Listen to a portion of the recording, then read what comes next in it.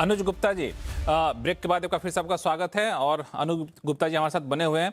एक सवाल पूछना चाहूंगा, फिर मैं तनेजा साहब और एम्बेसडर दयाल आपके पास आऊंगा कि हम लोग अभी चर्चा कर रहे थे कि तत्काल हम अपनी जरूरतों को कैसे पूरा कर सकते हैं। ब्रेक पे जाने से पहले त्रिपाठी साहब ने कहा था कि हमें रशिया पे भरोसा करना, रशिया से एंगेज करना चाहिए कि उनसे हम कैसे ऑयल एंड गैस लेकर के आएँ।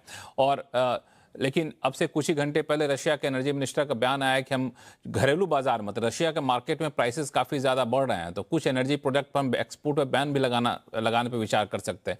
तब तो सिचुएशन और ज़्यादा भयावह हो जाएगी।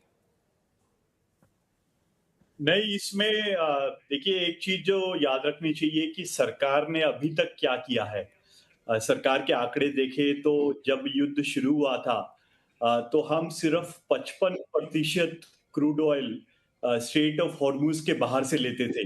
अब ये आंकड़ा 70% हो गया है सिर्फ 2 हफ्ते में। तो काफी बदलाव सरकार ने कोशिश तो जरूर करी है। वो कितना ज्यादा ज्यादा आगे जा पाते हैं वो देखना पड़ेगा। दूसरा जो बड़ा संकट हमारे पास आ रहा है, जिसके बारे में बात नहीं करी है, कि हमारे एक्सपोर्ट्स काफी इफेक्ट होंगे।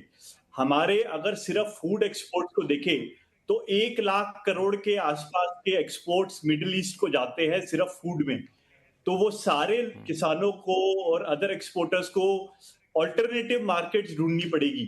जो हमने किया था काम यूएस के जब 50% टैरिफ लगे थे, तब हमने दूसरी मार्केट्स ढूंढी थी। वही काम अभी हमें पूरा जोर शोर से करना पड़ेगा। तीसरा मैं कुछ सेक्टर्स के बारे में बोलना चाहूंगा, जो सेक्टर्स एक तरह से पॉजिटिव हेडविंड्स मिलेगी इन सेक्टर्स को। 3 सेक्टर्स है इन पर्टिकुलर। एक तो है मेटल्स। पूरी दुनिया में सारी कमोडिटीज के प्राइस बढ़ रहे हैं, तो मेटल सेक्टर में मेटल कंपनीज को देखना पड़ेगा कि किसको फायदा हो सकता है, किसका स्टॉक प्राइस बढ़ सकता है। दूसरा sector of course defence companies का। हमारे भारत में कई बड़ी-बड़ी डिफेंस कंपनीज हैं जो लिस्टेड भी हैं।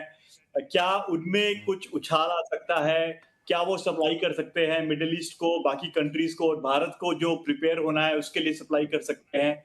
तीसरा और आखिरी सेक्टर ऑफ कोर्स तनेजा जी और बाकी लोगों ने बोला ग्रीन ट्रांजिशन के बारे में। पर जो डिमांड अब उत्पन्न होगी, अल्टरनेटिव नॉन ऑयल डिमांड, उसमें रिन्यूएबल एनर्जी का बहुत बड़ा हाथ होगा। तो काफी बड़ी-बड़ी हाँ, तो ये कंपनियां तीन हैं जो सेक्टर हैं जिसपे जो आने वाले दिनों में हमें फ्यूचर में देखना होगा।